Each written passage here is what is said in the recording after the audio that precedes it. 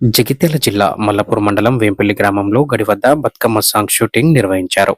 ముందుగా director claps కొట్టగా producer camera switch on చేశారు. ఇందులో సింగర్ శిరీష ప్రధాన పాత్రలో నటించారు. నటుడు మకిలి రాకేష్ తదితరులు నటించారు. వేంపల్లి గ్రామ ప్రజలు సింగర్ శిరీషను చూడటానికి అధిక సంఖ్యలో వచ్చారు.